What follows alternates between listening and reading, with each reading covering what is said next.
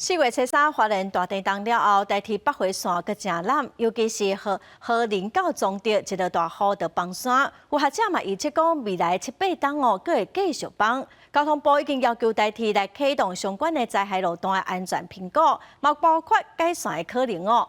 如果113年底就会来提出初步评估的报告。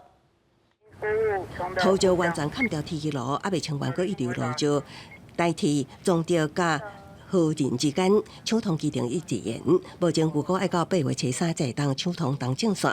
交通部长李明言表示，经过勘查发现，铁路位置上低所在比公路路线也较低，土石流甲路石开发生，已经请代替研究，希望会当找到更较安全、更较有韧性的路线。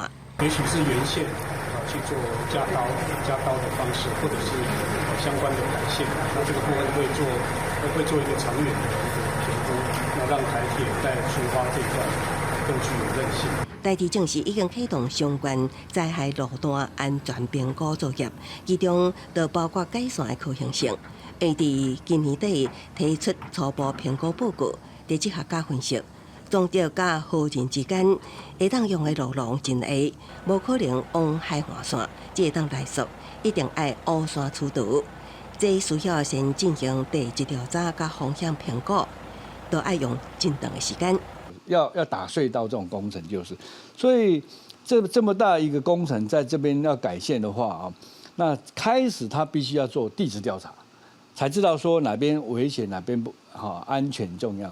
那调查完了以后，大概还要经过环评，完成的话，从现在开始的大概要7年8年这种时间。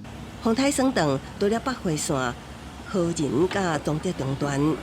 冲管线、嘉义甲新营也未通，台铁继续以公路专接，不过有未少民众反映 APP 有晚当电位，坐车较知影局部未通，爱由公路来专接。不知道，我是今天去那边买票才知道。绝对会耽误，一定会耽误的。路线中断影响列车调排。